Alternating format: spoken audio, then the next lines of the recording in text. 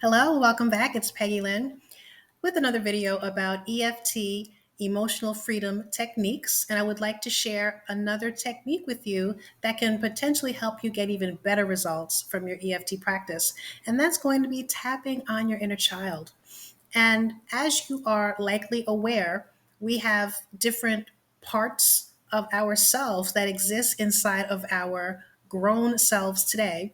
These parts developed as a result of some type of negative experience, and they're doing all that they can to protect us from reliving those experiences. So, I'm going to give you an example of how tapping on your inner child can help overcome something that you're dealing with today. The example I'm going to give is pertaining to public speaking. Now, I myself was terrified of presenting myself like this, even for a long time. Zoom has been around for a couple years now, but I remember when Zoom was first introduced, I wouldn't even turn on my camera because I was just so fearful, let alone get up and talk in front of people and put myself on social media and promote myself and market myself. Okay. So I'm a person who was deathly afraid of having the spotlight on myself. So that would be the main issue.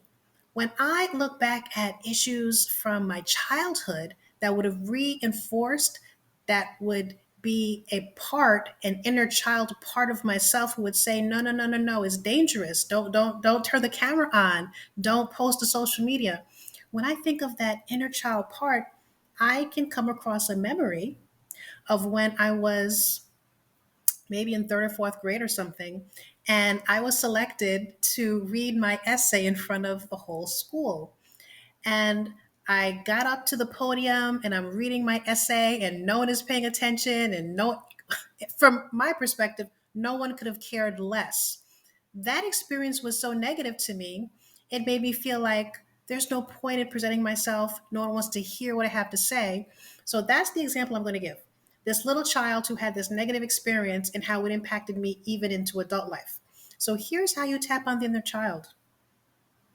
Go back into a memory from your youth, and instead of seeing that memory as a movie screen, you're going to approach it as though it's a play. And you, as the adult you, with all of your resources today, are stepping onto that stage in your mind's eye. You're going to approach the younger you, that inner child version of you who's having the experience, and you're going to begin to tap on the child, quite literally. You're going to be tapping through the points for that child and saying the words that you know the child has inside of them. So you're going to tap down the negative emotion that the child is experiencing until you can get down to, 0, 1, 2, something like this. So you're tapping down all of that charge. And then as you're tapping down all that charge, you're just going to observe with no judgment and with compassion. You're just going to observe how the younger version of yourself, otherwise known as your inner child, how they are responding to your presence, to the resources that you are bringing, and to their opportunity to simply express themselves. All right. So you're seeing how the inner child is responding to its ability to just finally express how it's feeling, what it's thinking in that moment.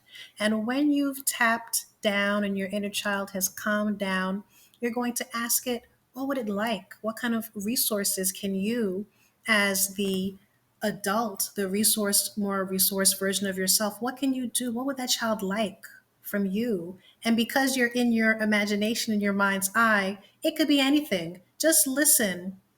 Yeah, just listen to what your inner child says it would love in that moment, and then offer it to them.